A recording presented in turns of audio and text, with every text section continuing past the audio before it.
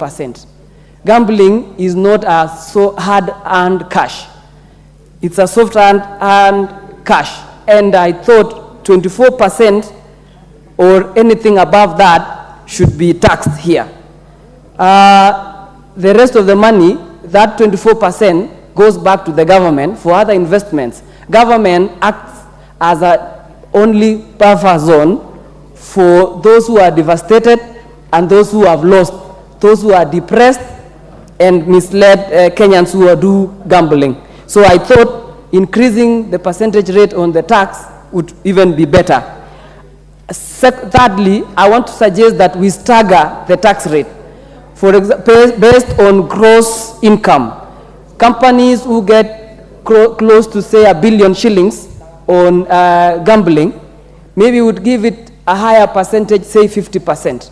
Those who have less gross income, you could give them up to 15%. So that is my suggestion. The way we tax the payee, that is a similar case that we need to do for the gambling companies. Lastly, what are the mitigations that these companies are putting forward so that they can at least mitigate on the youth or the gamblers that are depressed, those who've lost hope? Gambling is two-way. I'm talking of the adverse effects of gambling. What are the mitigations that these companies have put forward? And I thought these mitigations must be included in this bill, so that either they would create psychosocial support desks to mitigate, because we've had a lot of depressions, a lot of suicidal cases where someone has done gambling, lost all the money, someone might have sold land, someone might have loaned, and all the money is just taken away like that through gambling. Finally, Mr. Speaker, I want to urge our youth out there, because we have lost a generation who are idle, lacking something to do. The only easy way is to do gambling. That don't gamble with your life. Gambling is not a good thing. The Bible doesn't actually, it's not considered a sin, but the adverse effects of gambling, especially when you lose, is devastating. I want to urge our youth so that they can get involved in more better ways of building the economy. Thank you, Mr. Speaker.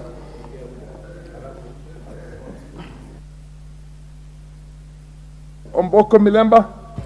Thank you, Honorable Speaker. And there are certain goods, Honorable Speaker, that have international craving. One of them is money. Another one, I had one member of parliament speak on it, prostitution or sex. But now the third one is gambling. Gambling is a very old thing, and regulating it is not easy. That by the 3000 BC in Mesopotamia, where most of the development began from, gambling had already begun. And Honorable Speaker, there are several types of gambling. We have the lottery games, we have casinos, we have sports betting, and of late, we have the online gambling, which is really thriving. But for the Muslim world, it's very easy because they have actually banned it. But what about the Christians? The Christians still condemn it. And I think in Timothy 1:69, they condemn gambling because the love of money is the beginning of evil. Also in Matthew 6:24, it has also, the Bible has also condemned gambling, that you cannot serve money and serve God.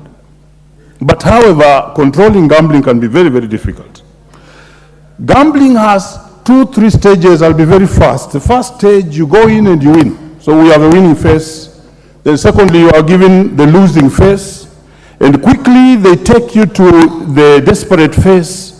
And finally they take you to the hopeless phase. So it is actually controlled by the owners of the gamble very, very, very keenly. And why do we have addicts of gambling? Usually, there is a body hormone that is released when you win. And that hormone is actually called the dopamine hormone, which makes you feel very good.